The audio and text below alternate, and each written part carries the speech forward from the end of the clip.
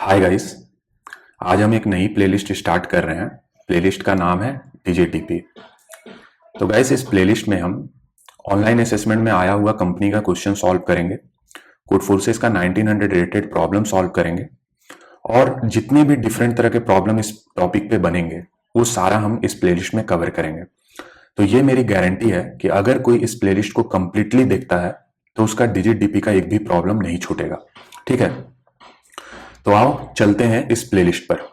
तो सबसे पहला चीज ये है कि हम किसी प्रॉब्लम को देख करके ये कैसे आइडेंटिफाई करेंगे कि ये प्रॉब्लम हमारा डीजेटीपी का है। ठीक है, तो सबसे पहले हमें देखना है कि आइडेंटिफिकेशन का स्टेप्स क्या है। ठीक है, आइडेंटिफिकेशन का स्टेप्स क्या है। ठीक है, तो इसके लिए मैं एक प्रॉब्लम यहां लिखता हूं, ध्यान से देखना। ठीक है, find the count find the count of number in the range L to R which have sum of digits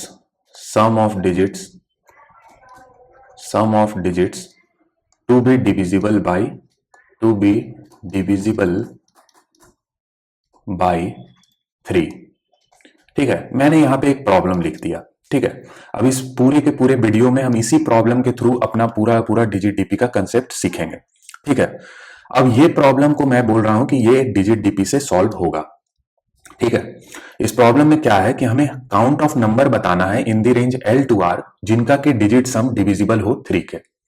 ठीक है, इसी प्रॉब्लम के बेसिस पे हम आइडेंटिफाई करेंगे कि वो स्टेप्स क्या होगा जिससे कि हम पता कर पाए कि ये प्रॉब्लम डीजीटीपी से सॉल्व होगा। ठीक है, देखना ध्यान से।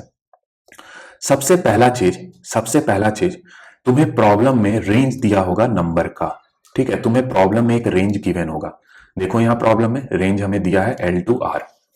ठीक है, दूसरा चीज तुम्हें काउंट ऑफ नंबर X बताने को बोलेगा जो कि ओबे करेगा किसी फंक्शन fx को। ठीक है, हमें काउंट ऑफ नंबर बताना है और वैसे काउंट ऑफ नंबर को बताना है जो कि फुलफिल करे इस फंक्शन को। क्या है वो फंक्शन कि डिजिट सम डिविजिबल होना चाहिए 3 के। ठीक है, 2 स्टेप्स मुझे पता चल गया। थर्ड स्टेप ये होगा, ठीक है, जो कि मैंने यहां लिखना भी भूल गया। ठीक है, कि L और R का जो रेंज रहेगा, ठीक है, L और R का जो रेंज रहेगा वो काफी बड़ा रहेगा। ठीक है, देख रहे हो तुम 10 टू द पावर 18 तक का रेंज है। ठीक है, तो थर्ड स्टेप्स ये होगा कि रेंज जो है वो क्या होगा, बिग होगा। ठीक है, रेंज हमारा बड़ा होगा। ठीक है, अब देखो किसी भी प्रॉब्लम में अगर ये तीनों स्टेप्स तुम्हें दिखता है तो तुम्हें तुरंत पकड़ लेना है कि ये प्रॉब्लम हमारा पक्का है कि डीजीटीपी से सॉल्व होगा। ठीक है, तो ये गाइस हमारा आइडेंटिफिकेशन का स्टेप्स है।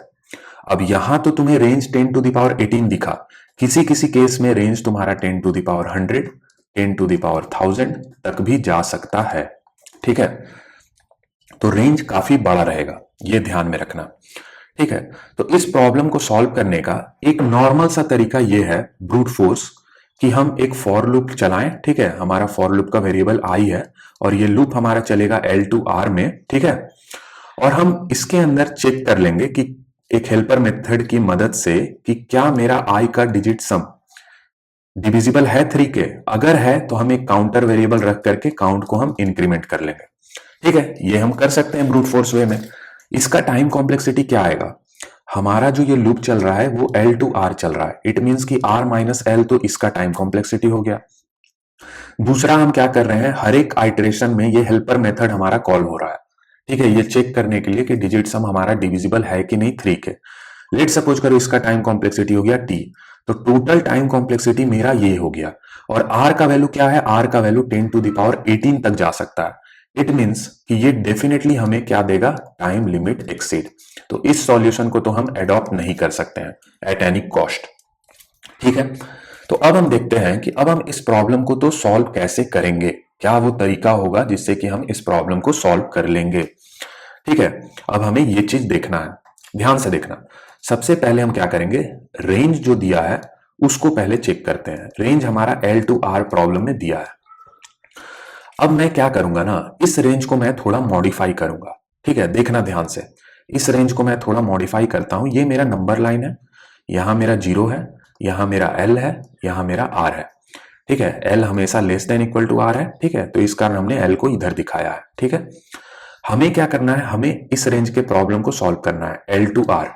ठीक है, हमें इस रेंज के प्रॉब्लम को सॉल्व करना है। मैं ये बोल रहा हूं कि मैं इस रेंज के प्रॉब्लम को ना सॉल्व करके मैं कुछ ऐसे करूंगा, देखना ध्यान से। मैं 0 टू R के प्रॉब्लम को सॉल्व करूंगा और फिर मैं 0 टू L-1 के प्रॉब्लम को सॉल्व करूंगा। ठीक है, अब देखो ध्यान से, मैंने क्या बोला कि मैं 0 टू R के प्रॉब्लम को मैं यहां सॉल्व कर लूंगा और मैं 0 टू L-1 के प्रॉब्लम को सॉल्व कर लूंगा। अब अगर मैं 0 टू R में से 0 टू L-1 को अगर सब्ट्रैक्ट कर दूं तो ये वाला पार्ट जो है यहां तक का ये हट जाएगा। ठीक है, ये हट जाएगा, यहां तक का बचेगा क्या, बचेगा मेरा ये पार्ट। और ये क्या है, ये L टू R ही तो है। ठीक है, ये L टू R ही तो है। तो मुझे एक चीज समझ में आ गया इस नंबर लाइन की मदद से कि जो हमारा जो प्रॉब्लम L टू R में है इसको हम कन्वर्ट कर सकते हैं 0 to R minus 0 to L-1। यानी कि हम क्या करेंगे कि हम 0 टू R में प्रॉब्लम को सॉल्व करेंगे, इसका कुछ आउटपुट आएगा, उसको 0 टू L-1 के आउटपुट से सब्ट्रैक्ट कर देंगे तो हमारा इनडायरेक्ट वे में L टू R का प्रॉब्लम सॉल्व हो जाएगा। ठीक है, और ये चीज मैंने इस नंबर लाइन की मदद से तुम्हें समझा दिया।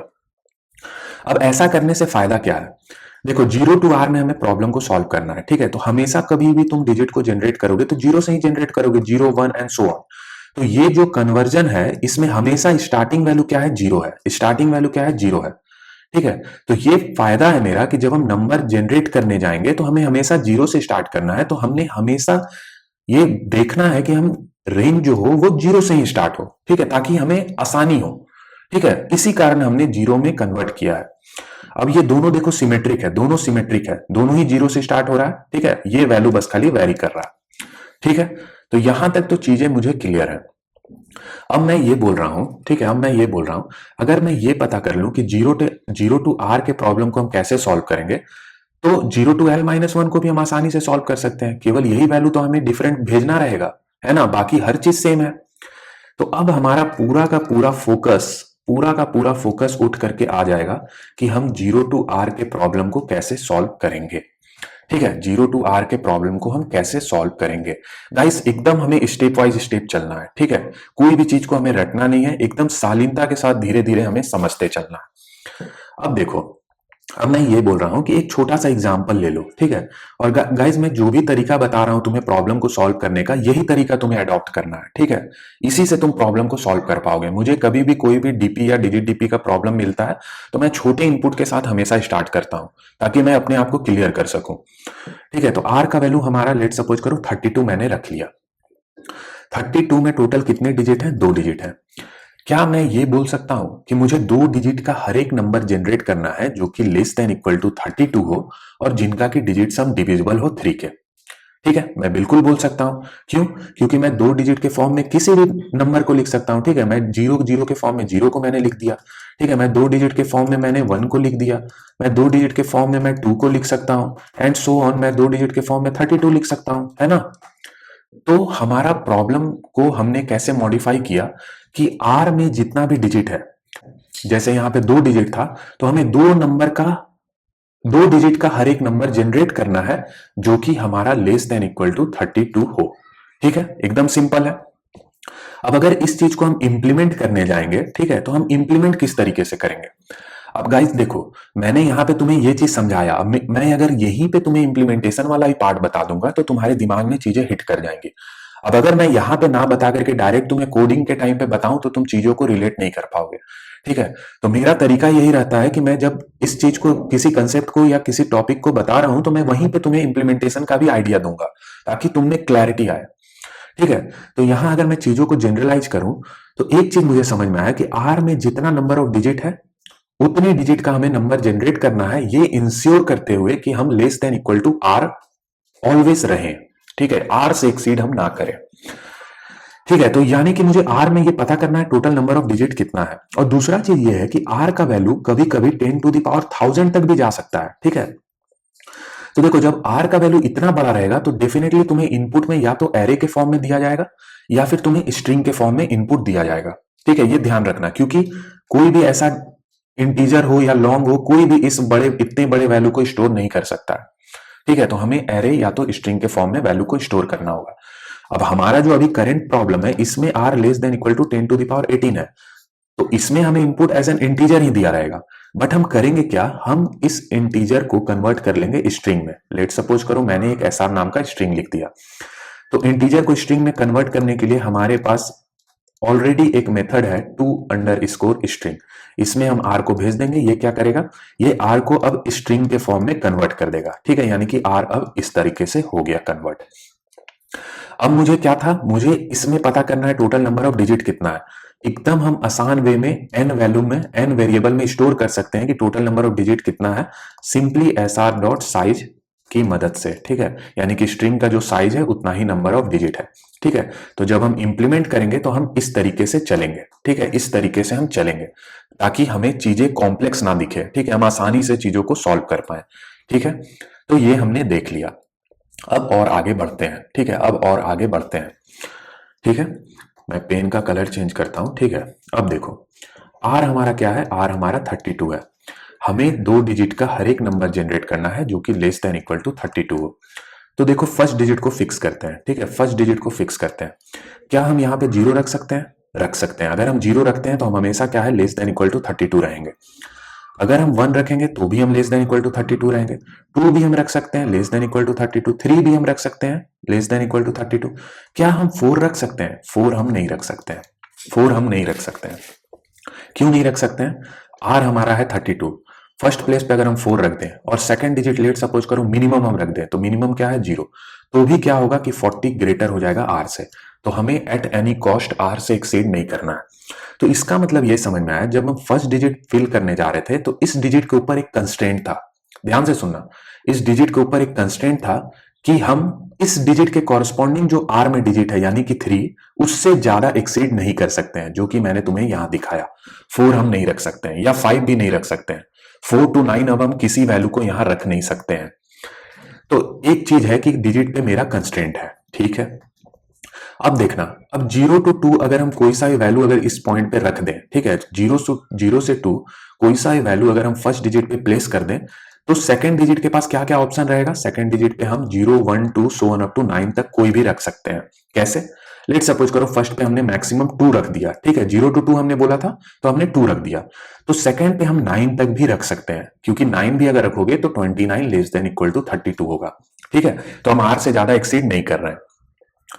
बट हम 3 के साथ ऐसा नहीं कर सकते हैं। क्यों, देखना ध्यान से। अगर हमने फर्स्ट पे यहां पे अगर हमने 3 रख दिया, ठीक है, अगर हमने 3 रख दिया, ठीक है, फर्स्ट पे अगर हमने 3 रख दिया और सेकंड पे अगर हम 9 रखने आए, तो क्या होगा कि 39 ग्रेटर हो जाएगा आर से, तो हम आर से एक्सीड कर जाएंगे इस केस में। ठीक है, तो हम 9 नहीं रख सकते हैं। तो हम क्या क्या रख सकते हैं सेकंड डिजिट पे, फिर या तो हम 0 रख सकते हैं या 1 रख सकते हैं या हम 2 रख सकते हैं। 2 से हम ज्यादा नहीं बढ़ सकते हैं। ठीक है, 2 से ज्यादा नहीं बढ़ सकते हैं, क्योंकि जैसे ही तुम 2 से ज्यादा 33 भी अगर रख दोगे तो 32 से ये 33 क्या होगा, बड़ा हो जाएगा। तो यानी कि मुझे ये समझ में आया, जब हम फर्स्ट प्लेस पे अगेन हम 3 रखे तो अगेन सेकंड वाले पे भी एक कंस्ट्रेंट बन गया। ठीक है, कि वो कंस्ट्रेंट क्या बोला कि जितना इस डिजिट के कॉरस्पॉन्डिंग आर में जो वैल्यू है यानी कि 2, उससे ज्यादा हम नहीं बढ़ सकते हैं। तो ये मुझे कंस्ट्रेंट का कहानी तो समझ में आ गया। ठीक है, चीजें यहां तक बिल्कुल क्लियर चल रही हैं। ठीक है, अब देखो, अब देखना ध्यान से। अब आर हमारा क्या था, 32 था। ठीक है, फर्स्ट वाले के पास क्या क्या चॉइसेस बना, 0 1 2 3।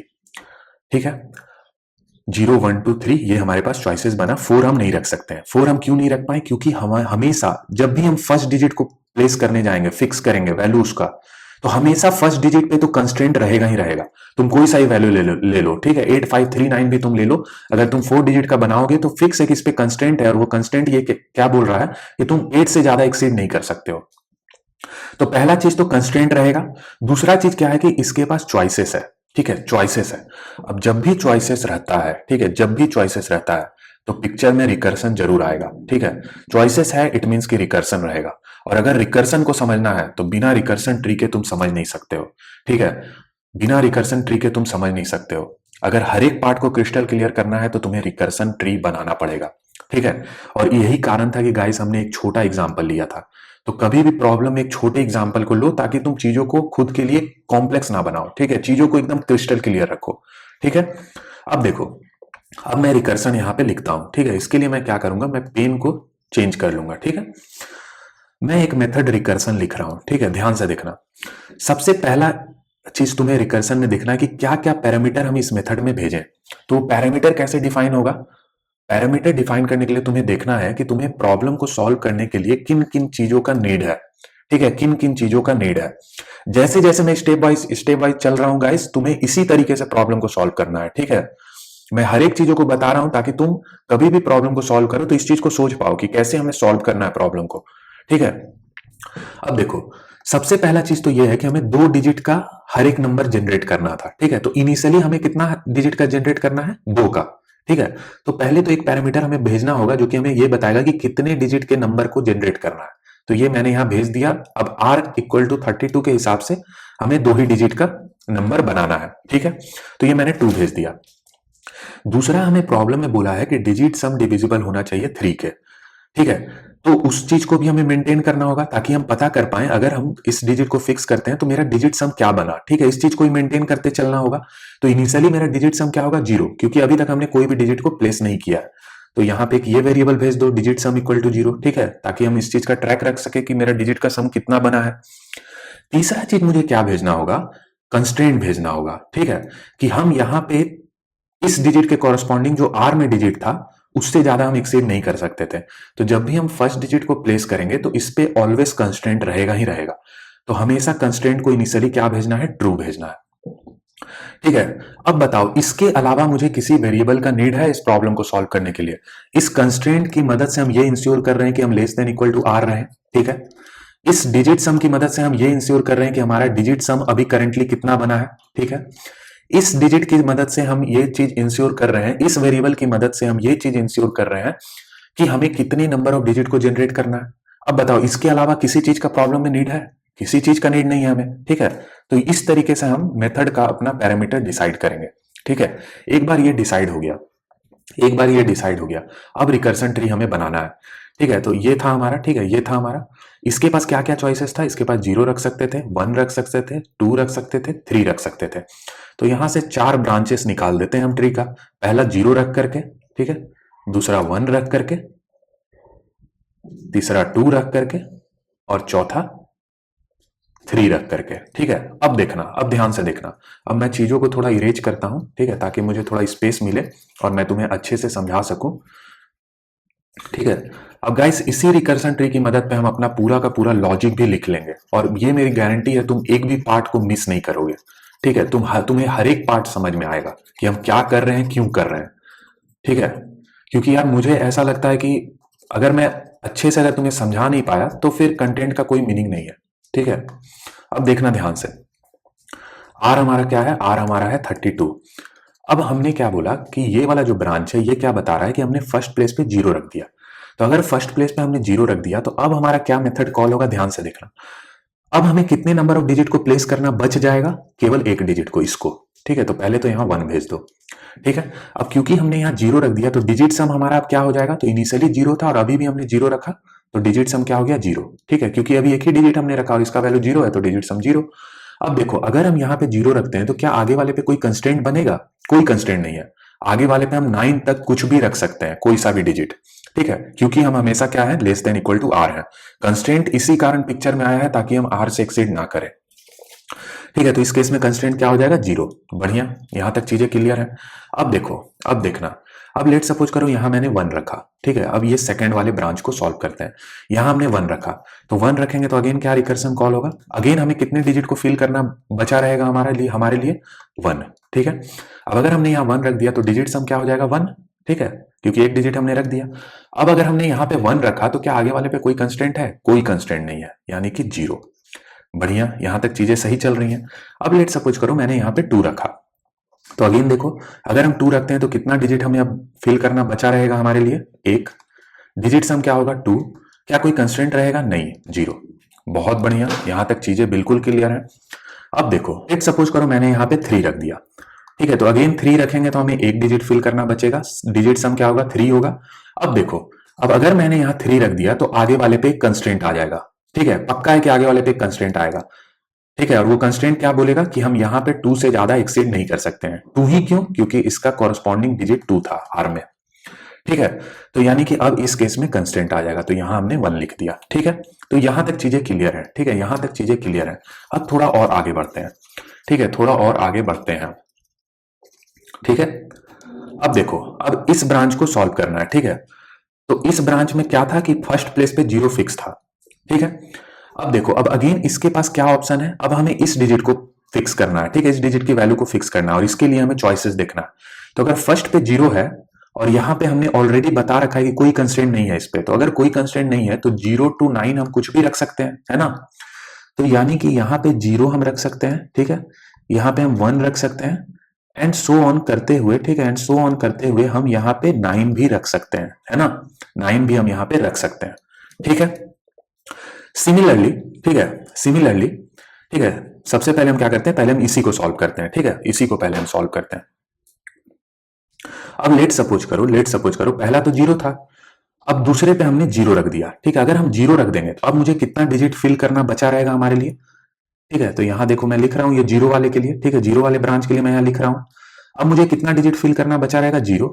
डिजिट सम क्या रहेगा हमारा, तो यही डिजिट सम रहेगा, 0 + 0 0। अब आगे वाले पे कोई कंस्टेंट रहेगा क्या, नहीं रहेगा, क्योंकि अब तो हमें कोई डिजिट ही नहीं फिल करना है, तो ये हो गया 0। अब लेट सपोज करो एक ये वाला केस हम हैंडल करते हैं। ठीक है, 9 वाला, और यही 1 to 8 तक भी सेम रहेगा। ठीक है, कोई चेंजेस नहीं आएगा। ठीक है, देखना ध्यान से, पहला 0 फिक्स है, अब सेकंड पे मैंने यहां 9 रखा। ठीक है, तो अब अगेन हमें कितने डिजिट को फिल करना हमारे लिए बचेगा, तो 0। डिजिट सम क्या हो जाएगा, 9 हो जाएगा, और हमारे आगे वाले पे क्या कोई कंस्टेंट रहेगा, नहीं रहेगा, 0। बहुत बढ़िया। ठीक है, यहां तक चीजें क्लियर है, यहां तक चीजें क्लियर है। अब देखो, अब लेट सपोज करो मैंने यहाँ पे 1 रख दिया। तो अगर हम यहाँ पे 1 रखते हैं तो अगेन इस पे कोई कंस्ट्रेंट नहीं है, यानी कि 0 to 9 पूरा का पूरा चॉइसेस मेरे लिए बनेगा। ठीक है, तो जिस तरह से हमने ये वाला ब्रांचेस यहाँ दिखाया है तुम्हें, सिमिलरली ये 1 के लिए भी बनेगा। ठीक है, यहाँ मैं दिखा नहीं रहा हूं, स्पेस कम है, चीजें क्या होगा, मिसअप हो जाएंगी। ठीक है, बट एकदम सिंपल है। अगर हम फर्स्ट पे 1 रखें तो सेकंड वाले के पास 0 to 9 ऑप्शन है, यानी कि अगेन यहां से क्या होगा, 0 to 9 तक का ब्रांचेस निकलेगा, है ना। 0 to 9 तक का ब्रांचेस निकलेगा, और हर एक के लिए अगर तुम रिकर्सन लिखोगे, ठीक है, तो लेट सपोज करो मैंने 9 रखा। ठीक है, यहां 1 था, यहां हमने 9 रख दिया, तो इस केस में हमारा क्या रिकर्सन कॉल होगा, अब हमें कितने डिजिट को फिल करना है, 0। ठीक है, डिजिट सम क्या हो जाएगा, तो देखो यहां पे अभी डिजिट सम 1 है, तो 1 + 9 कितना हो गया, 10। ठीक है, जो कि सही भी है, 1 9 19 बना था हमारा, इनका डिजिट सम क्या होगा, 10।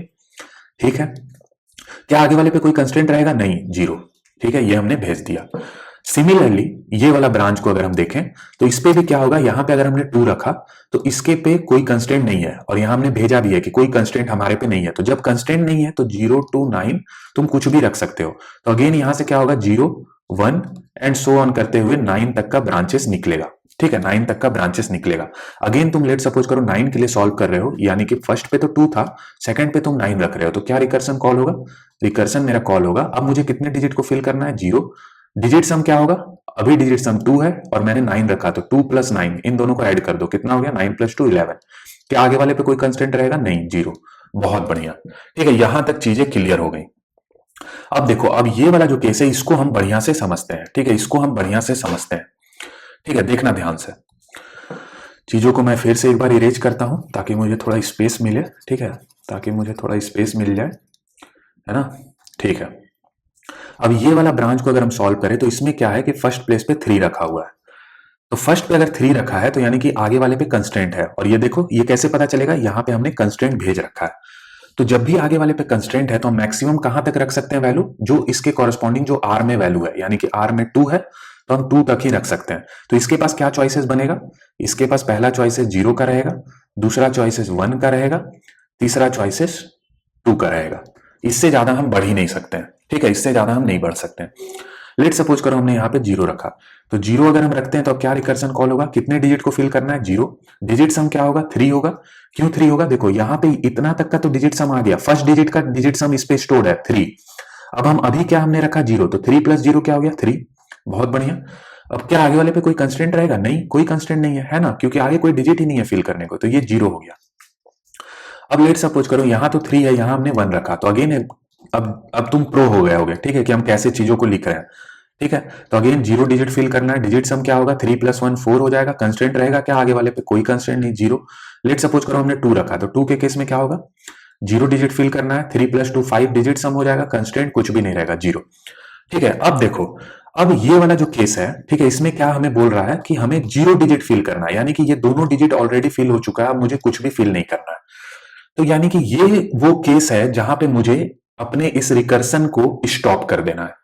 ठीक है, इसको हम बोलते हैं बेस केस। ठीक है, इसको हम क्या बोलते हैं, इसको हम बोलते हैं बेस केस। देखो, जब भी मेरा ये वैल्यू 0 हो रहा है, ठीक है, जब भी मेरा ये वैल्यू 0 हो रहा है, ठीक है, तो अब हम उसके आगे कोई डिजिट नहीं प्लेस करेंगे, क्योंकि ये वैल्यू हमें बता रहा है कि हमने सारा का सारा डिजिट फिल कर दिया है। हमें टोटल 2 डिजिट का नंबर जनरेट करना था। अब जैसे ही वैल्यू 0 हुआ, इट मीन्स कि हमने 2 डिजिट का नंबर जनरेट कर दिया। अब देखना गाइस, अब देखना गाइस, अब इस रिकर्सन ट्री की मदद पे हम अपना पूरा का पूरा कोड लिखेंगे। ठीक है, देखना आप ध्यान से, अब तुम्हारे लिए चीजों को समझना बिल्कुल भी टफ नहीं है, एक बार तुम्हारा ये रिकर्सन ट्री क्लियर हो गया तो। अब एक चीज मुझे समझ में आया, देखना ध्यान से, कि जब भी कंस्ट्रेंट रहता है, ठीक है, जब भी कंस्ट्रेंट रहता है, तो हम मैक्सिमम, मेरे पास कितना चॉइसेस बनता है, जो अगर हम इस डिजिट को फिल कर रहे हैं तो इसके कॉरस्पॉन्डिंग जो आर में वैल्यू है उतना ही चॉइसेस है मेरे पास। ठीक है, आर का वैल्यू हमारा 32 था, तो देखो यहां पर हमारे पे जब कंस्ट्रेंट है तो मैक्सिमम हम कहां तक रख पाए, जो ये फर्स्ट वैल्यू था यानी कि 3। तो देखो 0 1 2 3 इतना ही ब्रांचेस मेरा बना। ठीक है, अगेन देखो मेरे पे यहाँ पे कंस्ट्रेंट था, ठीक है, जब मैंने यहाँ पे 3 रख दिया तो मेरे ऊपर अगेन कंस्ट्रेंट है आगे वाले पे। तो जब कंस्ट्रेंट था तो हम कहां तक बढ़ पाए, जो इसके कॉरस्पॉन्डिंग डिजिट है यानी कि 2 यहीं तक। ठीक है, तो देखो 0 1 2 इतना ही ब्रांचेस निकला था यहां से। और जब कंस्ट्रेंट नहीं है, ठीक है, जैसे इस केस में यहां देखो 0 है, कंस्ट्रेंट नहीं है मेरे पे, तो जब कंस्ट्रेंट नहीं है तो 0 to 9 तक मेरे पास चॉइसेस है। अगेन देखो यहां कंस्ट्रेंट नहीं था मेरे पास, तो हम कहां तक बढ़ पाए थे, 0 से लेकर के 9 तक। अगेन यहां पे कंस्ट्रेंट नहीं था तो 0 to 9 तक हम बढ़ पाए। तो इस रिकर्सन ट्री से मुझे एक पैटर्न समझ में आया। ठीक है, और इस पैटर्न के लिए हम क्या करेंगे, एक अपर बाउंड वेरिएबल रखेंगे। ठीक है, एक अपर बाउंड वेरिएबल रखेंगे। ठीक है, अब एक चीज समझना, ठीक है, ये जो रिकर्सन मैंने तुम्हें यहां लिख के दिखाई, इसको मैं जनरलाइज करता हूं। ठीक है, इसको मैं जनरलाइज करता हूं। तो हमारा रिकर्सन क्या रहेगा, सबसे पहले हमें बताना है कितने डिजिट का नंबर बनाना है, तो वो हमारा n रहेगा। ठीक है, फिर हमारा रहेगा डिजिट सम जो कि s रहेगा। ठीक है, फिर हमारा रहेगा एक कंस्ट्रेंट वेरिएबल जो कि हम कंस्ट्रेंट के नाम से भेजेंगे। ठीक है, अब बहुत लोग क्या करते हैं कि कंस्ट्रेंट की जगह तुम्हें टाइट यूज करता हुआ दिखेगा। ठीक है, तो तुम टाइट भी यूज कर सकते हो। ठीक है, तुम टाइट भी यहाँ पे यूज कर सकते हो, वेरिएबल का नाम है, जैसे तुमको समझ में आ रहा है तुमको वैसे ले लेना है। मैं जनरली कंस्ट्रेंट यूज करता हूं। ठीक है, तो ये हमने क्या किया, ये जो हमने लिखा रिकर्सन ऑफ 2, 0, 1, इसी चीज को मैंने जनरलाइज करके वेरिएबल के फॉर्म में यहां पे लिख दिया। ठीक है, अब देखो, अब देखना, अब मैंने तुम्हें बताया कि जब भी कंस्ट्रेंट रहता है, ठीक है, तो यहां देखना मैं क्या लिख रहा हूं। अगर मेरा कंस्ट्रेंट है, ठीक है, अगर मेरा कंस्ट्रेंट है तो यहां पे कुछ मैं लिखूंगा अभी। ठीक है, और जब कंस्ट्रेंट नहीं है तो हम मैक्सिमम कहां तक जा सकते हैं, 9 तक। क्यों दिखाया मैंने तुम्हें, यहां इस पे कंस्ट्रेंट नहीं था। ठीक है, पेन मैं चेंज करता हूं, इस पे कंस्ट्रेंट नहीं था तो हम 9 तक आए, इस पे कंस्ट्रेंट नहीं था 9 तक गए, इस पे कंस्ट्रेंट नहीं था 9 तक गए। ठीक है, तो जब भी कंस्ट्रेंट नहीं है तो हम 9 तक मेरे पास चॉइसेस रहेगा, 0 to 9। ठीक है, बट जब कंस्ट्रेंट है, ठीक है, जैसे यहां पे कंस्ट्रेंट है, तो तुम देखो कि अगर तुम फर्स्ट डिजिट फिल कर रहे हो तो इसके कॉरस्पॉन्डिंग आर में क्या वैल्यू है। ठीक है, वहीं तक तुम जा सकते हो। तो इस चीज को देखना हम कैसे लिखेंगे, ध्यान से देखना। आर को हमने ऑलरेडी स्ट्रिंग एस आर में कन्वर्ट कर दिया है। ठीक है, तो मैं इसको ऐसे लिखूंगा, S R dot size minus N. ठीक है, अब देखो ये मैंने क्या लिखा है, आर मेरा क्या था, आर मेरा 32 था इनिशियली। ठीक है, हम फर्स्ट डिजिट के लिए देख रहे हैं, तो एस आर डॉट साइज क्या होगा, जो आर का साइज है यानी कि 2, और इनिशियली एन का वैल्यू क्या हमने भेजा है, देखो यहां पे इनिशियली एन का वैल्यू हमने 2 भेजा है, तो 2 - 2 क्या हो जाएगा, 0, यानी कि एस आर ऑफ 0। ठीक है, S R of 0, S R of 0 क्या है, 3। ठीक है, 3, तो यानी कि ये सही है। जब हम फर्स्ट डिजिट को रख रहे हैं तो मुझे यही चेक करना है कि इसके कॉरस्पॉन्डिंग जो यहां पर डिजिट है यानी कि जो 3 है वो क्या है। ठीक है, बट एक चीज है कि एस आर स्ट्रिंग है, तो एस आर ऑफ 0 क्या होगा, एक कैरेक्टर होगा, बट हमें इसे डिजिट चाहिए, हमें डिजिट में कन्वर्ट करना होगा इसको। तो हम कैसे करेंगे, सिंपल 0 का स्काई वैल्यू को माइनस कर दो। ठीक है, 0 का स्काई वैल्यू को माइनस कर दो तो वो क्या होगा, डिजिट में कन्वर्ट हो जाएगा। यानी कि अगर मेरा ये कैरेक्टर 3 आया तो 0 के स्काई वैल्यू को माइनस करने पे ये वैल्यू डिजिट 3 में कन्वर्ट हो जाएगा। ठीक है, तो ये हमारा पूरा का पूरा रहेगा यहाँ पे। ठीक है, इस प्लेस पे हमें ये लिखना है। अब इस चीज को तुम और भी वेरीफाई कर सकते हो। ठीक है, देखो यहाँ पे ध्यान से देखना, यहां हमारा कंस्ट्रेंट अगेन क्या है, 1 है। ठीक है, मैं यहाँ पे इसको थोड़ा मार्क कर लेता हूँ। ठीक, ये मेरा क्या है, अगेन यहाँ पर कंस्टेंट 1 है, तो अगेन कंस्टेंट 1 है। ठीक है, कंस्टेंट 1 है और यहाँ नंबर ऑफ डिजिट कितना है, 1 है। तो देखो एस आर डॉट साइज 2 रहेगा, नंबर ऑफ डिजिट 1 है, 2 माइनस 1 1, यानी कि एस आर ऑफ 1। तो अगेन देखो जब हम इस डिजिट को फिल कर रहे थे तो हमें यही चेक करना था, एस आर ऑफ 1। ठीक है, जीरो अगर इंडेक्सिंग करें तो 0 1, ठीक है, 1 पे ये है तो देखो 2 भी मिल रहा है मुझे, तो ये फॉर्मूला सही काम कर रहा है। ठीक है, अब डिजिट डीपी के मोस्टली प्रॉब्लम में तुम्हें इसी तरीके से दिखेगा यूज करते हुए। ठीक है, बट चीजों को रटना नहीं है, समझना है। ठीक है, तो यहां तक चीजें क्लियर हैं कि हम अपर बाउंड वेरिएबल बना करके ये अपना कंस्ट्रेंट की मदद से हम देख लेंगे कि हमें कहां तक बढ़ना है, और ये हमने कैसे निकाला। किसी भी चीज को हमने रटा नहीं, हम ये रिकर्सन ट्री की मदद से ही समझ रहे हैं चीजों को। ठीक है, अब मैं थोड़ा गाइस इरेज करता हूं चीजों को। ठीक है, चीजों को मैं यहां पे थोड़ा इरेज करता हूं ताकि मुझे थोड़ा स्पेस मिले।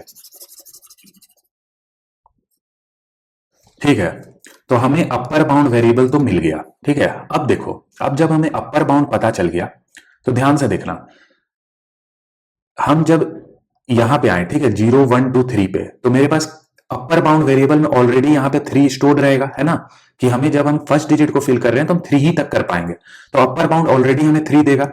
और जो ये वाला केस है जिसपे कोई कंस्ट्रेंट नहीं है, उस पे अपर बाउंड का वेरिएबल क्या आएगा, वैल्यू क्या आएगा, 9। तो देखो इस केस में हमारे पास 9 चॉइसेस बन रहा है ना, 9 ब्रांचेस हमने निकाला है। तो इस चीज को अब हम कोडिंग में कैसे लिखेंगे, तो इसके लिए हम लूप लगा देंगे, है ना, काफी आसान है, जितना चॉइसेस है उतने के लिए लूप लग जाएगा। तो लेट सपोज करो यहां मैंने डिजिट वेरिएबल एक बना दिया, लूप वेरिएबल। 0 से हमें स्टार्ट करना है और हमें कहां तक चलना है, जितना हमारे पास चॉइसेस है। तो चॉइसेस हमारा स्टोर्ड है अपर बाउंड में, या तो वो कॉरस्पॉन्डिंग डिजिट के वैल्यू के बराबर रहेगा, जैसे यहां पे 32 था तो 3 के बराबर रहा। ठीक है, अगर कंस्टेंट है तो, और अगर कंस्टेंट नहीं है तो अपर बाउंड का वैल्यू 9 रहेगा। ठीक है, जो भी रहेगा मेरा चॉइसेस अपर बाउंड में मुझे पता रहेगा कि कितना है, तो मैं सिंपल इस पे लूप लगा लूंगा। ठीक है, ये हमारा लूप लग गया है ना, ये हमारा लूप लग गया। अब देखो इसके अंदर हमें क्या करना है, इसके अंदर हमें क्या करना है, ध्यान से देखना। अब देखो, अब यहां पे 2 केसेस बनेगा अंदर में, एक तो जिसपे कि कंस्ट्रेंट है। ठीक है, क्योंकि जब कंस्ट्रेंट रहता है तो एक चीज ऑब्जर्व करना, जब भी कंस्ट्रेंट है तो जो अपर बाउंड का वैल्यू अगर डिजिट के बराबर हो जाए, जैसे ये डिजिट मेरा लूप वेरिएबल है, ठीक है, अगर डिजिट का वैल्यू अपर बाउंड के बराबर हो जाए, यानी कि ये वाला केस, ठीक है, अगर 3 हो जाए, तो इस केस में अगेन हमें कंस्टेंट आगे वाले पे 1 भेजना है, और बाकी सारे केस पे 0 1 2 बाकी सारे केस पे हमने क्या भेजा है, कंस्टेंट 0 भेजा है। ठीक है, कंस्टेंट 0 भेजा है। इस चीज को अगेन तुम देख सकते हो, देखो यहां पे अगर मेरे ऊपर कंस्टेंट है, ठीक है, यहां पे अगर मेरे ऊपर कंस्टेंट है, तो जो मैक्सिमम डिजिट रहेगा, यानी कि जब डिजिट अपर बाउंड के बराबर हो जाए, ठीक है, तो इस ब्रांच पे अपर बाउंड क्या था, 2 था, और डिजिट का वैल्यू अगर 2 हो जाए तो उस केस में मुझे कंस्टेंट भेजना रहता है। ठीक है, उस केस में मुझे कंस्टेंट भेजना रहता है। अब क्योंकि यहाँ पे डिजिट 0 है, ठीक है, बट यहां पर देखो ये रिकर्सन में यहाँ 1 होगा, ठीक है, यहाँ पे 1 होगा। जब भी कंस्टेंट रहेगा, ठीक है, यहाँ पे कंस्टेंट है तो आगे वाले पे भी कंस्टेंट जाएगा। ठीक है, तो यहां मैंने शायद 0 लिख दिया था, ठीक है, बट यहाँ पे 1 होगा। ठीक है, तो हमेशा 1 रहेगा, यानी कि जब डिजिट अपर बाउंड के बराबर हो तो 1 जाएगा। ठीक है, तो अब देखो इसी ट्री की मदद पे हम हर चीज लिखेंगे। ठीक है, अगर मेरे ऊपर कंस्टेंट है, ठीक है, अगर मेरे ऊपर कंस्टेंट है, ठीक है, अगर मेरे ऊपर कंस्टेंट है, तो मैं क्या लिखूंगा देखना ध्यान से। ठीक है, ठीक है, इफ कंस्टेंट, ठीक है, इफ कंस्टेंट, और एल्स क्या रहेगा, जिसमें मेरे ऊपर कंस्टेंट ना रहे। ठीक है, जिसपे कि मेरे ऊपर कंस्टेंट ना रहे। ठीक है, ध्यान से देखना, अगर मेरे ऊपर कंस्टेंट है तो एक अंदर और कंडीशन लगेगा कि अगर डिजिट अपर बाउंड के बराबर हो जाए, ठीक है, अपर बाउंड के बराबर हो जाए तब का केस। ठीक है, और एल्स में क्या रहेगा, जब डिजिट अपर बाउंड के बराबर नहीं है तब का केस।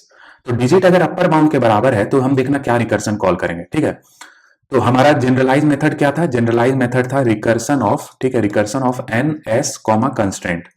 ठीक है, एन एस कॉमा कंस्टेंट, ये था हमारा। ठीक है, तो देखो हर एक ब्रांच में क्या हो रहा है, एन अगर मेरा 2 है तो जब कॉल हो रहा है तो 2 माइनस 1 यानी कि 1 हो जा रहा है।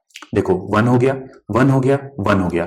अब जब यहाँ पे 1 रहा तो वैल्यू क्या हो गया, 0 हो गया। ठीक है, 1 था तो वैल्यू क्या हो गया, 0 हो गया। ठीक है, 1 यहाँ पे देखो 1 है एन का वैल्यू, तो अगेन वैल्यू क्या हो गया, 0 हो गया। यानी कि हर एक रिकर्सन कॉल में वैल्यू डिजिट, जो नंबर ऑफ डिजिट हमें जनरेट करना है वो 1 से डिक्रीमेंट हो रहा है, तो एन माइनस 1 हमने पास कर दिया। अब डिजिट सम क्या होगा, जो इनिशियल डिजिट सम है प्लस उसमें डिजिट का वैल्यू ऐड कर लो, यानी कि ये लूप वेरिएबल। ठीक है, यानी कि ये लूप वेरिएबल। ठीक है, अब चीजें गाइस यहाँ पे थोड़ा सा तुम्हें मिसअप हो गई है। ठीक है, बट फिर भी मैं यहाँ समझा रहा हूँ। ठीक है, मैं हाईलाइट करके तुम्हें दिखा रहा हूँ, वरना फिर मुझे बार बार ये रिकर्सन ट्री बनाना पड़ेगा। देखना ध्यान से, ये हमारा 0 है। ठीक है, इनिशियली डिजिट सम 0 था, ठीक है, तो अब हमने आगे वाले पे सम क्या भेजा था, अगर हम यहाँ पे जीरो रख रहे हैं तो जीरो प्लस जीरो, यानी कि ये जो वैल्यू है प्लस उसमें ये वैल्यू, और ये वैल्यू क्या है, ये डिजिट वैल्यू है। ठीक है, डिजिट का वैल्यू है जो हमने लूप लगाया है यहाँ। अगेन देखो यहाँ जीरो है, और अगर हम यहाँ टू रख रहे हैं तो जीरो प्लस टू, ये दोनों का एडिशन होकर टू हमने भेजा था। अगेन देखो यहां पर हमने क्या रखा था, यहां पे हमने थ्री रखा था फर्स्ट डिजिट पे, और सेकंड पे अगर हम टू रख रहे हैं तो थ्री जो यहां का वैल्यू है प्लस ये जो डिजिट रख रहे हैं उसका एडिशन, तो ये एस प्लस डिजिट मैंने यहां पास कर दिया। अब देखो अगर डिजिट का वैल्यू अपर बाउंड के बराबर है तो इस केस में क्या हो रहा था, कंस्ट्रेंट हम वन भेज रहे थे। कैसे, देखो जब थ्री का केस आया, ठीक है, ठीक है, क्योंकि हम देखो ये इफ कंडीशन सबसे पहले कब लगा है, जब कंस्टेंट है, तो कंस्टेंट इस केस में था वन, तो हमें इसी वाले ब्रांचेस को देखना है। ठीक है, जो 0 1 2 3 है इसको हमें एनालाइज करना है। तो इस पे जब डिजिट का वैल्यू अपर बाउंड के बराबर हो रहा था, क्योंकि कंस्टेंट है तो अपर बाउंड का वैल्यू क्या रहेगा, थ्री रहेगा, और ये लूप कहां तक चलते हुए आएगा, डिजिट इक्वल टू थ्री तक आएगा, अपर बाउंड तक। तो जब डिजिट का वैल्यू अपर बाउंड होता है तो उस केस में कंस्टेंट हम वन भेजते हैं अपने रिकर्सन में। अगेन देखो यहां पर कंस्टेंट है मेरे ऊपर, और जब डिजिट का वैल्यू अपर बाउंड हो जाए यानी कि टू हो जाए तो उस केस में हमें कंस्टेंट वन भेजना है, तो ये मैंने यहाँ वन लिख दिया। ठीक है, हर चीजों को हम समझ रहे हैं गाइस, कोई भी चीजों को हम रट नहीं रहे हैं। एल्स केस क्या रहेगा, एल्स केस ये सब है। ठीक है, 0 1 2 इसका केस है, तो इस केस में देखो जो भी रिकर्सन कॉल हुआ है उसमें हमने जीरो भेजा है, जीरो भेजा है, जीरो भेजा है कंस्टेंट। ठीक है, तो ये कंस्टेंट यहाँ पे अब अगेन क्या होगा, n-1 के लिए कॉल होगा, ये वैल्यू सेम रहेगा एस प्लस डिजिट, लेकिन जो डिजिट सम जो कंस्टेंट होगा वो जीरो जाएगा। तो ये गाइस कंस्टेंट के ऊपर ये इफ एल्स बन गया। ठीक है, अब दूसरा क्या केस बनेगा, दूसरा केस है कि मेरे ऊपर कोई कंस्टेंट नहीं है। तो देखो ये वाला केस, अगर मेरे ऊपर कोई कंस्टेंट नहीं है तो यहां से जो ब्रांचेस निकला 0 1 2 9, इस पे भी हमने क्या भेजा है, कंस्टेंट जीरो भेजा है। ठीक है, अगेन यहां चेक करो 0 2 9 निकला। ठीक है, तो यहां पे कंस्टेंट नहीं था तो यहां पे भी हमने कोई कंस्टेंट नहीं भेजा है। ठीक है, अगेन यहां पर मेरे पास कोई कंस्टेंट नहीं है तो आगे भी हमने कोई कंस्टेंट नहीं भेजा है ना। तो एक चीज समझ में आया, जब कंस्टेंट नहीं है, ठीक है, जब कंस्टेंट नहीं है तो ये रिकर्सन कॉल होगा, recursion of n-1, s plus digit तो सेम रहेगा और ये जीरो पास होगा। ठीक है, तो गाइज ये हो गया पूरा का पूरा हमारा कोड। ठीक है, ये हो गया पूरा पूरा हमारा इंप्लीमेंटेशन। अब हमें क्या करना है, अब हमें क्या करना है, अब सिंपली हम क्या करेंगे, ये जो वैल्यू आ रहा है इसको हम आंसर में ऐड करते जाएंगे, एक आंसर वेरिएबल रख लेंगे। ठीक है, और आंसर में जो है हम इन सारे वैल्यू को ऐड करेंगे। ठीक है, answer plus equal to this, और ये एक रिकर्सन यहां पे है तो answer plus equal to this, और लास्ट में हम क्या करेंगे, रिटर्न कर देंगे आंसर को, रिटर्न कर देंगे आंसर को। ठीक है, अब मैंने तुम्हें बताया था कि ये रिकर्सन है। ठीक है, ये अपने आप को बार बार कॉल कर रहा है, तो एक पॉइंट पे आकर के मुझे स्टॉपिंग केस लगाना होगा, कहीं तो हमें रुकना पड़ेगा। ठीक है, तो रुकने का केस क्या था, ये रिकर्सन ट्री में चेक कर लो। ठीक है, जब वैल्यू n का जीरो हो रहा था तो उसके आगे हम नहीं बढ़ सकते हैं, क्योंकि n का वैल्यू जीरो है, इट मीन्स कि हमने सारा का सारा डिजिट, जितने नंबर ऑफ डिजिट का नंबर हमें बनाना था वो हमने बना दिया है। ठीक है, तो बेस केस हमारा क्या हो जाएगा, ध्यान से देखना, बेस केस हमारा क्या हो जाएगा, बेस केस को मैं यहां लिख रहा हूं। ठीक है, बेस केस को मैं यहां लिख रहा हूं। बेस केस हमारा हो जाएगा कि अगर n का वैल्यू जीरो हो गया, इट मीन्स कि हम क्या हो गया, हमें रोक देना है रिकर्सन को। अब n का वैल्यू अगर जीरो हो गया तो हमें यह भी चेक करना होगा कि क्या मेरा डिजिट सम डिविजिबल है थ्री के। अगर डिजिट सम मेरा डिविजिबल है थ्री के तो यानी कि हमें एक नंबर मिल गया है, तो रिटर्न कर दो वन। ठीक है, रिटर्न कर दो वन। और अगर ऐसा नहीं है, इसका मतलब कि मुझे एक भी नंबर नहीं मिला है, तो रिटर्न कर दो जीरो। ठीक है, रिटर्न कर दो जीरो।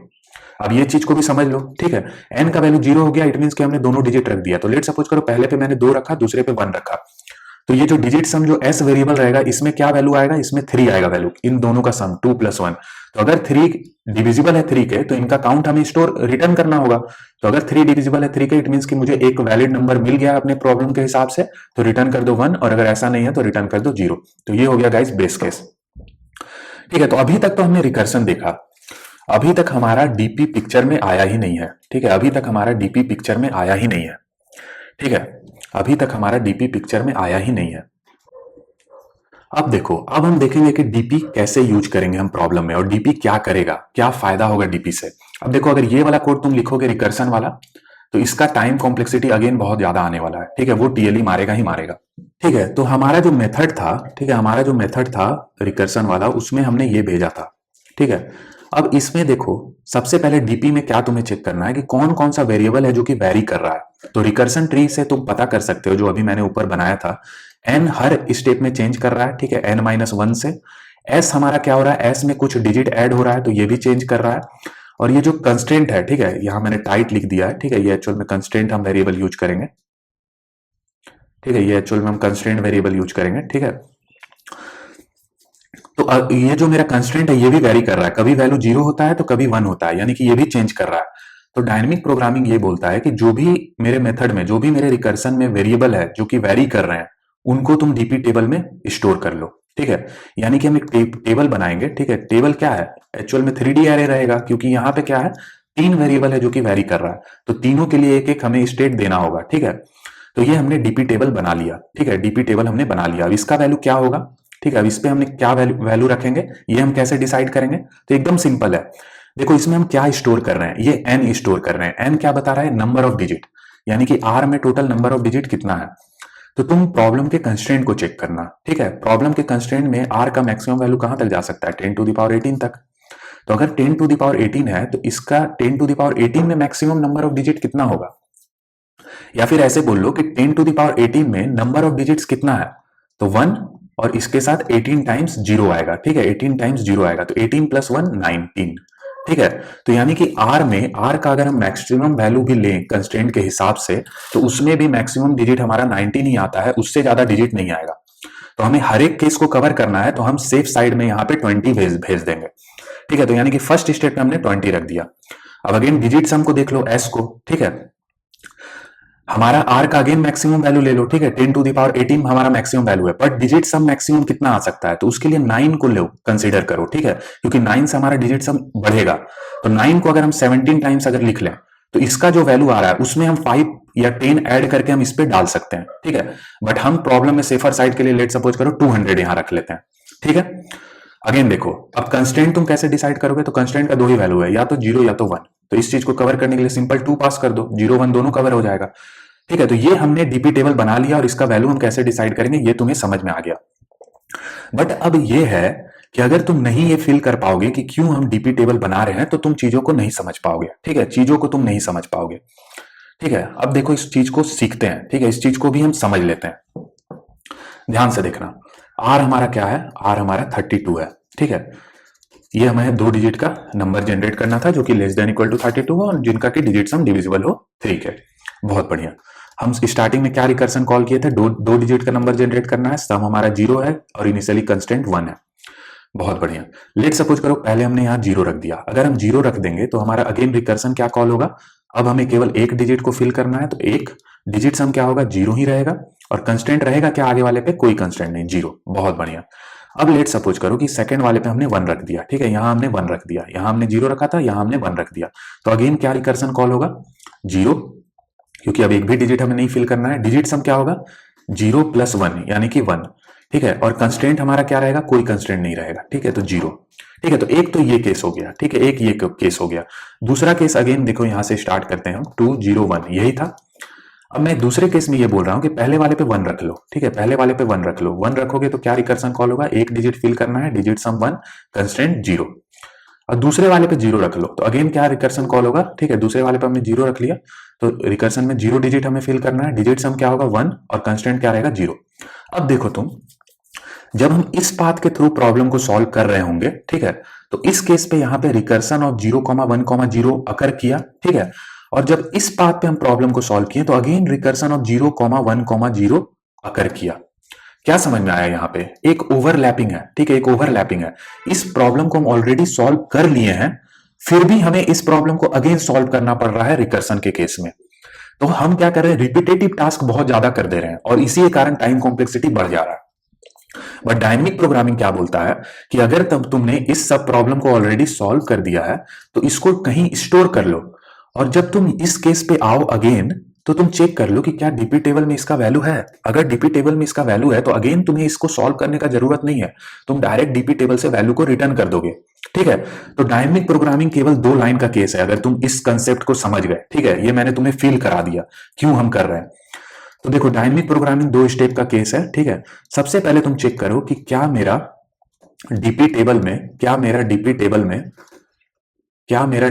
में वैल्यू इस एन एस और कंस्ट्रेंट के लिए स्टोर्ड है। अब ये कैसे चेक करेंगे, लेट सपोज को इसका value does not equal to -1 है। अब ये मैंने यहां क्या लिखा है, मैंने लिखा कि अगर इसकी वैल्यू -1 के बराबर नहीं है, इट मींस कि इस पे वैल्यू रखा हुआ है। यानी कि हम बाय डिफॉल्ट क्या करेंगे, डीपी में वैल्यू -1 सेट कर देंगे। क्यों -1 सेट हमने किया? तुम्हें हमेशा ऐसा वैल्यू सेट करना है डीपी टेबल में जो कि तुम्हारा कभी आंसर नहीं बनेगा प्रॉब्लम के हिसाब से। अब प्रॉब्लम में हमें काउंट रिटर्न करना है, ठीक है, प्रॉब्लम में हमें काउंट रिटर्न करना है, तो काउंट का मिनिमम वैल्यू 0 हो सकता है, 0 से कम कभी नहीं होगा। काउंट नेगेटिव कैसे होगा? कभी नहीं होगा। तो इसी कारण मैंने बाय डिफॉल्ट डीपी में -1 सेट कर दिया हमने। अब ये कंडीशन क्या काम करेगा देखो, अगर इसका वैल्यू -1 नहीं है, इट मींस कि इस टेबल में वैल्यू भरा हुआ है, ठीक है, तो रिटर्न कर दो तुम, ठीक है, तो तुम रिटर्न कर दो इस वैल्यू को, ठीक है, इस वैल्यू को जो है तुम रिटर्न कर दो। अब हम टेबल में चेक कर रहे हैं कि वैल्यू है कि नहीं, तो हमें जब भी हम आंसर हम कैलकुलेट करेंगे तो हमें डीपी टेबल में वैल्यू को डालना भी पड़ेगा, ठीक है, डीपी टेबल में वैल्यू को डालना भी, ठीक है, डीपी टेबल में वैल्यू को हमें डालना भी पड़ेगा, ठीक है। तो लेट सपोज करो वी वैल्यू आया तो हम इसको डीपी टेबल में स्टोर कर लेंगे, यानी कि फर्स्ट टाइम अगर ये जो रिकर्सन ऑफ 0 1 0 का वैल्यू जब आएगा तो हम उसको डीपी टेबल में स्टोर कर लेंगे। फिर जब सेकेंड टाइम जब ये वाला कॉल होगा तो ये इफ कंडीशन वर्क कर जाएगा, क्योंकि इस केस में क्या होगा, वैल्यू मेरा -1 के बराबर नहीं होगा, तो हम डायरेक्टली रिटर्न कर देंगे वैल्यू। बस गाइज यही 2 लाइन है डीपी का, बट कंसेप्ट को समझना जरूरी था। यही 2 लाइन की मदद से हमारा टाइम कॉम्प्लेक्सिटी रिड्यूस हो गया, और टाइम कॉम्प्लेक्सिटी अब क्या हो जाएगा हमारा, देखना ध्यान से, ठीक है, अब देखना ध्यान से कि टाइम कॉम्प्लेक्सिटी हमारा क्या होगा। तो डीपी ऑफ 202, यही हमारा बना था डीपी का स्टेट, ठीक है। तो टाइम कॉम्प्लेक्सिटी अब हमारा हो जाएगा 20 इंटू 200 इंटू 2, ठीक है। अब इसका जो भी वैल्यू आया इतना ही हमारा टाइम कॉम्प्लेक्सिटी रह गया। तो सोचो ये प्रॉब्लम कितना कम कॉस्ट में, कितना कम टाइम पे ये हमने सॉल्व कर लिया इस प्रॉब्लम को, ठीक है। और इसका ये ऐसा क्यों हो पाया, क्योंकि हमने रिपीटेटिव जो टास्क था, जो कि मैंने तुम्हें यहां दिखाया, इसको मैंने रिड्यूस कर दिया। अब यहां तो मैंने तुम्हें एक केस दिखाया, बट जब तुम रिकर्सन ट्री बनाओगे तो बहुत सारा केसेस में तुम्हें दिखेगा रिपीटेटिव टास्क, तो ये चीज रिड्यूस हो जाता है डायनेमिक प्रोग्रामिंग से, ठीक है। तो मुझे उम्मीद है कि यहां तक तुम्हें चीजें क्लियर होंगी, ठीक है। अब मैं तुम्हें एक और चीज बताना चाहता हूं, ठीक है, एक और चीज मैं तुम्हें बताना चाहता हूं, ठीक है, जो कि मुझे पहले ही बताना था, बट फिर भी मैं तुम्हें अभी भी रिलेट करा दूंगा। अभी मैंने जो लिखा था यहाँ पे कि अगर मेरे ऊपर कंस्ट्रेंट है, ठीक है, जो अभी हम फॉर लूप के अंदर जो लॉजिक लिखे थे कि अगर मेरे ऊपर कंस्ट्रेंट है तो 2 केस बना था, ठीक है। पहला कि अगर डिजिट मेरा अपर बाउंड के अगर बराबर है, ठीक है, अगर डिजिट अपर बाउंड के बराबर है तो आंसर में प्लस इक्वल टू होता था रिकर्सन ऑफ, ठीक है, recursion of n-1 s plus digit, ठीक है, s प्लस डिजिट कॉमा 1। अगर डिजिट अपर बाउंड है तो हमेशा आगे वाले पे कंस्टेंट रहता था, तो ये 1 होता था। एल्स केस में, ठीक है, एल्स केस में जब डिजिट अपर बाउंड के बराबर नहीं था, ठीक है, जब डिजिट अपर बाउंड के बराबर नहीं था, तो इस केस में क्या हो रहा था, इस केस में हमारा कंस्ट्रेंट, कोई भी कंस्ट्रेंट नहीं पास होता है, 0, ठीक है। ये सारा मैंने तुम्हें रिकर्सन ट्री में दिखा रखा है।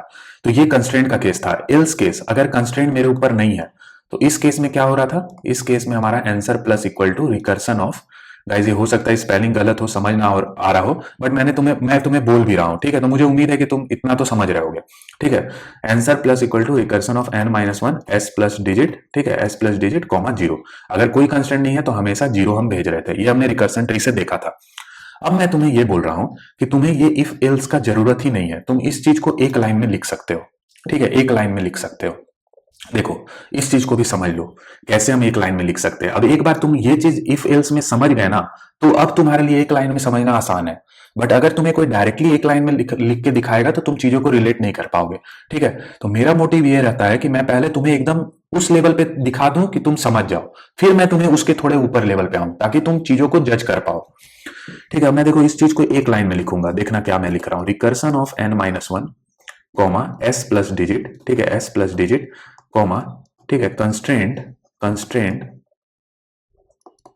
एंड, ये हमारा क्या है, बिटवाइज एंड ऑपरेटर है, digit equal to upper bound, ठीक है। बस यही लिखना है। ये जो इफ एल्स मैंने इतना लंबा तुम्हें लिख के दिखाया, इसको मैंने इससे रिप्लेस कर दिया। अब समझ लो ये क्यों वर्क करेगा। तो ये देखो जो भी रिकर्सन कॉल हुआ उसमें n-1 और s प्लस डिजिट सारे जगह पे सेम है, ठीक है, n-1 s प्लस डिजिट सारे जगह पे सेम है, ठीक है। तो ये वैल्यू सेम है। वेरी क्या कर रहा है, वेरी कंस्ट्रेंट कर रहा है, ठीक है, वेरी कंस्ट्रेंट कर रहा है। अब देखो, अब जब कंस्ट्रेंट का वैल्यू 1 है, ठीक है, तो लेट सपोज करो कंस्ट्रेंट का वैल्यू 1 है, तो जब कंस्ट्रेंट ट्रू रहता है तो एक ही केस में हमें 1 भेजना है, कब, जब डिजिट का वैल्यू अपर बाउंड हो, ठीक है। तो डिजिट अगर अपर बाउंड है तो ये भी वैल्यू क्या हो जाएगा, 1। तो 1 and 1 bit wise and operator कैसे काम करता है, अगर दोनों बिट 1 है तो 1 रिटर्न करेगा, एक भी अगर 0 हो गया तो इसका वैल्यू 0 हो जाता है। देखो 1 एंड 1 क्या भेजेगा, ये 1। तो यानी कि जो digit equal to upper bound वाला केस है, इस केस में हम 1 भेज रहे हैं इसकी मदद से, ठीक है। अब देखो, अब लेट सपोज करो कि कंस्टेंट मेरा 1 है, ठीक है, बट डिजिट मेरा अपर बाउंड के बराबर नहीं है, यानी कि ये एल्स वाला केस, तो डिजिट अगर अपर बाउंड के बराबर नहीं है तो ये वैल्यू क्या रिटर्न करेगा, जीरो। तो 1 एंड 0 क्या करोगे तो जीरो आएगा, ठीक है। 1 एंड 0 करोगे तो क्या होगा, जीरो, क्योंकि एक भी बिट अगर जीरो हो गया तो एंड ऑपरेटर जीरो देता है, ठीक है। तो देखो यहाँ जीरो हम पास भी कर रहे हैं, तो ये भी वर्क कर रहा है। तीसरा केस ये एल्स वाला, अगर कंस्ट्रेंट मेरा जीरो है, ठीक है, कंस्ट्रेंट मेरा जीरो है, तो देखो अगर कंस्ट्रेंट ही जीरो हो गया तो डिजिट अगर अपर बाउंड के बराबर हो या ना हो, वैल्यू मेरा क्या आने वाला है, जीरो आने वाला है। तो देखो यहाँ जीरो हम भेज भी रहे हैं, ठीक है। तो ये इफ एल्स को हम सिंपल इस फॉर्म में कन्वर्ट कर लिया हमने, ठीक है, और ये इजिली हम लिख सकते हैं, ठीक है। तो अब गाइस मैंने जितना भी पार्ट था हर एक चीजों को क्रिस्टल क्लियर तुम्हें कर दिया है, ठीक है। और मुझे उम्मीद है कि तुम्हें हर एक बिट ऑफ पार्ट समझ में आया होगा। गाइस हो सकता है कि वीडियो मेरा थोड़ा लंबा हो गया हो, ठीक है, बट मैं हर एक छोटी छोटी चीजों को कवर करता हूं तो उसमें टाइम लग जाता है, ठीक है, क्योंकि मैं ये मान के बनाता हूं कि तुम्हें चीजें नहीं आती हैं, ठीक है, तुम्हें बेसिक से बताना है, क्योंकि एक भी बच्चा अगर किसी को नहीं समझ में आएगा तो उसको भी मुझे क्लैरिटी देना है, ठीक है, ताकि वो भी चीजें समझ पाए, ठीक है। तो अब मैंने तुम्हें ये समझा दिया, अब मैं इसे कोड करता हूं, ठीक है। अब चलते हैं हम वीएस कोड पर और इसे हम कोड कर लेंगे।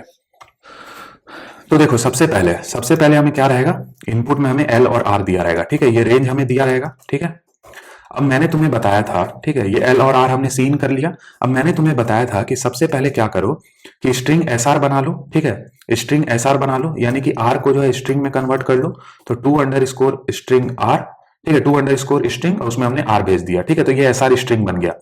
तो एक प्रॉब्लम तो हमें जीरो टू आर का सॉल्व करना था, दूसरा zero to L minus one का सॉल्व करना था। तो एल को एक से पहले डिक्रीमेंट कर लो, अगेन क्या करो, अगेन एक एसएल नाम का स्ट्रिंग बना लो और उसको भी क्या करो, स्ट्रिंग में कन्वर्ट कर लो, ठीक है, यानी कि एल को भी हमने स्ट्रिंग में कन्वर्ट कर दिया। बहुत बढ़िया। अब हम एक आउटपुट बनाएंगे, ठीक है, आउटपुट हम बनाएंगे आउटपुट ऑफ आर, ठीक है, कि आर का मेरा आंसर क्या आ रहा है, ठीक है, आर का मेरा आंसर क्या आ रहा है, ठीक है। तो इसके लिए हम क्या करेंगे, रिकर्सन को कॉल करेंगे। तो मैंने तुम्हें दिखाया था रिकर्सन में हमें क्या क्या भेजना है। सबसे पहले एक स्ट्रिंग एसआर भेज दो ताकि हम हर एक कैरेक्टर को निकाल पाए, तो इसलिए एसआर को हमने भेजा।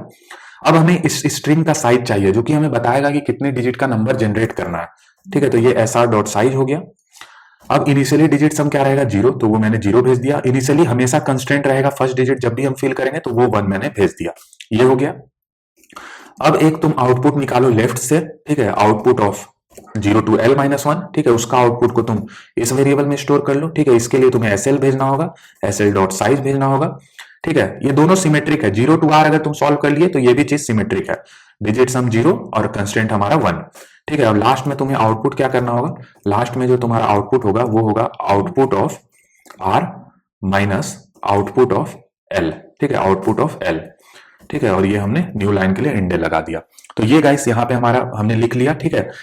एल टू आर के प्रॉब्लम को हम कैसे सॉल्व कर रहे हैं, zero to R minus zero to L minus one के आउटपुट से, तो ये मैंने लिख दिया। अब हम ये रिकर्सन मेथड लिखेंगे। अब क्योंकि मैंने तुम्हें रिकर्सन ट्री की मदद से हर एक बात को समझा दिया है और हर एक बिट ऑफ कोड को भी दिखा दिया है, तो तुम्हारे लिए अब ये लिखना कुछ डिफिकल्ट नहीं है, ठीक है। तो हमें ये एन भेजना रहता है, ठीक है। दूसरा हम डिजिट सम एस भेजेंगे, तीसरा हम कंस्ट्रेंट वेरिएबल भेज देंगे, ठीक है, कंस्ट्रेंट वेरिएबल भेज देंगे, ठीक है। तो ये हमने भेज दिया। अब सबसे पहले तुम्हें क्या करना है, तुम्हें अपर बाउंड निकालना है, ठीक है। तुम जो रिकर्सन ट्री बनाए थे उसमें तुमने देख रखा है, ठीक है। अब एक चीज देखो, यहाँ पे हमें इसे स्ट्रिंग एसटीआर भेजना होगा, ठीक है, क्योंकि यहाँ हम डिजिट सम को एस से ले रहे हैं, ठीक है। तो वेरिएबल को चेंज कर लो, कोई दिक्कत नहीं है। अब अपर बाउंड तुम कैसे निकालोगे, कंस्ट्रेंट की मदद से, ठीक है, कि अगर तुम्हारे ऊपर कंस्ट्रेंट है, ठीक है, कंस्ट्रेंट है अगर तुम्हारे ऊपर कंस्ट्रेंट है, ठीक है, तो एक वैल्यू तुम्हारा आएगा, ठीक है। और अगर कंस्ट्रेंट नहीं है तो हमेशा 9 आएगा, ठीक है, 9 तक तुम्हारा अपर बाउंड बन सकता है। तो जब कंस्ट्रेंट है तब कितना बनेगा, तो सिंपल मैंने तुम्हें दिखाया था, ठीक है, S T R dot size minus N, ठीक है, माइनस एन। अब ये जो वैल्यू है ये तुम्हें कैरेक्टर देगा, बट तुम्हें चाहिए डिजिट, ठीक है, तुम्हें चाहिए डिजिट। तो इसके लिए क्या करोगे, सिंपल जीरो की अस्काई वैल्यू से माइनस कर दो, ठीक है, जीरो की अस्काई वैल्यू से माइनस कर दो। ये हमारा क्या हो गया, ये हमारा अपर बाउंड में डिजिट आ गया, ठीक है, कितना अपर बाउंड होगा। अब हम क्या करेंगे, एक आंसर नाम का वेरिएबल रख लेंगे। अब हम फॉर लूप लगाएंगे, ठीक है, और फॉर लूप का वेरिएबल हमारा डिजिट हमने देखा था, और ये कहां तक चलेगा, अपर बाउंड तक चलेगा, और डिजिट हमारा क्या होगा, इंक्रीमेंट होगा, डिजिट प्लस प्लस। बहुत बढ़िया, चीजें यहां तक एकदम क्रिस्टल क्लियर है ना, चीजें क्रिस्टल क्लियर है। अब हम क्या करेंगे, हमने देखा है कि एक लाइन में हमें कैसे रिकर्सन लिखना है, ठीक है, recursion of N minus one हो जाएगा, ठीक है, डिजिट सम क्या होगा, एस प्लस डिजिट हो जाएगा, ठीक है। और कंस्ट्रेंट को हम बिटवाइज ऑपरेटर की मदद से, ठीक है, कंस्ट्रेंट को हम बिटवाइज ऑपरेटर की मदद से लिख सकते हैं सिंपली इस फॉर्मेट में, और ये भी मैंने तुम्हें एक्सप्लेन कर दिया। ठीक है, ये भी मैंने तुम्हें एक्सप्लेन कर दिया। अब यहाँ पे गाइस हमें स्ट्रिंग पहले एसटीआर भेजना है, फिर हमें ये सब चीजें कॉल करना है। ठीक है, ये हो गया। अब लास्ट में क्या करो, रिटर्न कर दो आंसर को। अब क्योंकि ये रिकर्सन है, ठीक है, ये रिकर्सन मेथड खुद को ही बार बार कॉल कर रहा है, तो एक स्टॉपिंग पॉइंट हमें लगाना होगा। ठीक है, स्टॉपिंग पॉइंट हमें लगाना होगा जिसको कि हम बोलते हैं बेस केस। ठीक है, जिसको कि हम बोलते हैं बेस केस। और ये मैंने तुम्हें रिकर्सन ट्री में दिखाया है कि बेस केस हमारा क्या होगा। जब एन का वैल्यू 0 हो जाए उस केस में तुम चेक कर लो कि क्या जो डिजिट मेरा बना है, जो नंबर मेरा बना है, उनका डिजिट सम जो कि एस वेरिएबल में स्टोर रहेगा, क्या वो 3 के डिविजिबल है। तो मॉडुलो ऑपरेटर से हम चेक कर सकते हैं कि अगर 3 के डिविजिबल है तो रिमाइंडर 0 आएगा। तो इस केस में क्या करो, रिटर्न कर दो 1, रिटर्न कर दो 1, और नहीं तो फिर रिटर्न करो 0, यानी कि जो नंबर बना है वो 3 के डिविजिबल नहीं है, तो तुम रिटर्न कर दो 0। तो ये हो गया हमारा बेस केस। ठीक है, तो ये हमने रिकर्सन लिख दिया। अब इस पे हम डायनेमिक प्रोग्रामिंग को लगाएंगे। ठीक है, उसके लिए हम क्या करना है, जितना भी वेरिएबल है उसको उसमें स्टेट का डीपी टेबल बनेगा। तो वेरिएबल हमारा सबसे पहला एन, तो एन का मैक्सिमम वैल्यू हम कंस्ट्रेंट के हिसाब से देख लिए 20 होगा। डिजिट सम को हम 200 तक लेकर के चलते हैं। ठीक है, और कंस्ट्रेंट हमारा मैक्सिमम 0 और 1 ही हो सकता है, तो 2 हमने रख लिया। ठीक है, तो ये डीपी टेबल बन गया हमारा। ठीक है, अब देखो ये कॉल करने से पहले मैंने तुम्हें बताया था कि डीपी टेबल में एक डिफॉल्ट वैल्यू सेट कर दो जो कि तुम्हारा कभी आंसर नहीं बनेगा। तो हमें आंसर काउंट देना है, तो काउंट का मिनिमम वैल्यू 0 हो सकता है। ठीक है, तो हम इसको -1 पे सेट कर देंगे। ठीक है, क्योंकि ये वैल्यू कभी पॉसिबल है ही नहीं, है ना। अब ये वैल्यू इसलिए डालना जरूरी है क्योंकि हमें वो इफ कंडीशन लगाना पड़ेगा जो कि मैंने तुम्हें बताया है। ठीक है, तो ये हमने मेम सेट कर दिया। तो ये आउटपुट ऑफ आर के पहले हमने किया। सिमिलरली हमें आउटपुट ऑफ एल के भी पहले एक बार फिर से वैल्यू को सेट करना होगा। ठीक है, क्योंकि जो आउटपुट ऑफ आर होगा उस केस में हमारा क्या होगा, डीपी टेबल में कुछ कुछ वैल्यू फिल हो जाएगा, यानी कि -1 नहीं रहेगा। तो हमें फिर से उसे बाय डिफॉल्ट पहुंचाना होगा -1 पे। ठीक है, ताकि हम आउटपुट ऑफ एल को निकाल सके। तो यहां हमने 2 टाइम्स क्या किया, मेम सेट कर दिया। ठीक है, मेम सेट हमारा फंक्शन है जिसकी मदद से हम डायरेक्टली डीपी टेबल में वैल्यू भर सकते हैं। ये 2 टाइम हमें क्यों करना पड़ा, क्योंकि हम सेम ही डीपी दोनों के लिए यूज कर रहे हैं, दोनों कॉल के लिए। ठीक है, तो ये सब बेसिक चीजें हैं, मुझे उम्मीद है तुम्हें पता होंगी। ठीक है, अब हमें यहाँ पे एक कंडीशन लगाना है। सबसे पहले ही चेक कर लो कि अगर ये वैल्यू मेरा डीपी टेबल में अगर प्रेजेंट है, ठीक है, अगर मेरा डीपी टेबल में प्रेजेंट है, इट मीन्स कि इसका वैल्यू -1 के बराबर नहीं होगा। तो अगर नहीं है तो सिंपल भाई रिटर्न कर दो। ठीक है, सिंपल तुम रिटर्न कर दो इस वैल्यू को, है ना, इस वैल्यू को तुम सिंपली रिटर्न कर दो। यानी कि तुम्हें अब अगेन जो है तुम्हें ये नीचे का फॉर लूप लगाने का नीड नहीं है। ठीक है, अगेन तुम्हें ये सब चीजों को कंप्यूट करने का जरूरत नहीं है। ठीक है, अगर वैल्यू प्रेजेंट है तो तुम डायरेक्टली रिटर्न कर दो। अब वैल्यू को तुम रिटर्न कर रहे हो तो डीपी टेबल में वैल्यू रहना भी चाहिए। तो जब भी तुम यहाँ आंसर रिटर्न करोगे तो उसको पहले डीपी टेबल में स्टोर करोगे, फिर रिटर्न करोगे। ठीक है, फिर रिटर्न करोगे। तो ये हमने क्या किया कि जब भी हम आंसर को रिटर्न कर रहे हैं तो आंसर को हम स्टोर करके रिटर्न करेंगे। तो ये गाइस पूरा पूरा डायनेमिक प्रोग्रामिंग था, डिजिट डीपी था। ठीक है, तो मुझे उम्मीद है कि तुम्हें इस प्रॉब्लम का हर एक पार्ट समझ में आया होगा। ठीक है, तो गाइस मिलते हैं हम नेक्स्ट वीडियो में जिसमें कि हम डिफरेंट वैरायटी ऑफ प्रॉब्लम को सॉल्व करेंगे। So thank you guys.